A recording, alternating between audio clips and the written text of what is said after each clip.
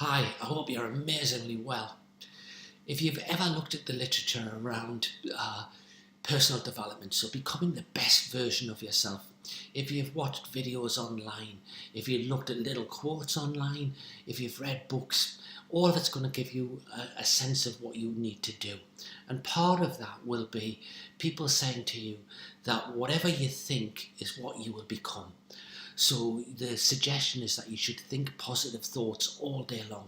You should wake up and feel grateful to be alive. Just before you go to sleep, you should think about all the things that you're grateful for.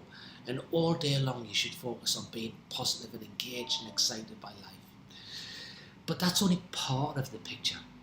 If you follow that advice, it's awesome and it works really, really well, but it misses two primary factors that will influence this. And I want to share with you those two primary factors because they do make a difference. If you ignore these two things, just thinking positive thoughts, just feeling grateful for things will not change your life experience significantly.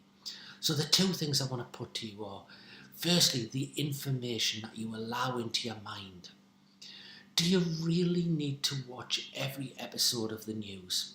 Do you need to wake up in the morning and watch the news straight away? In your lunch break, halfway through the morning even, do you need to be watching the news again? Do you need to listen to it when you're in the car? Do you need to watch it again in the evening? The news will tell you all sorts of negative pieces of information. Stuff that has absolutely no bearing on your life whatsoever. Other forms of media coming into your life too.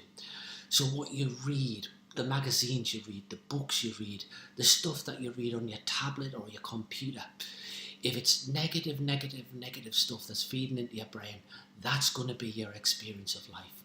So why not choose judiciously to expose yourself to positive information? Best of all, you can expose yourself to stuff that's going to teach you new things, help you learn, help you grow, because that's also going to prevent things like Alzheimer's kicking in for you, or at least delay the onset of dementia-related illnesses. And then the second factor is the people who are around you.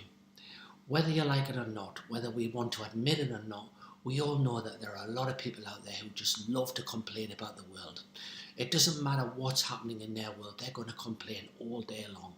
They're going to complain about their personal circumstances, they're going to complain about their next door neighbour, they're going to complain about the weather, they're going to complain about what they did say on the news, they're going to complain about you, they're going to complain about absolutely everything.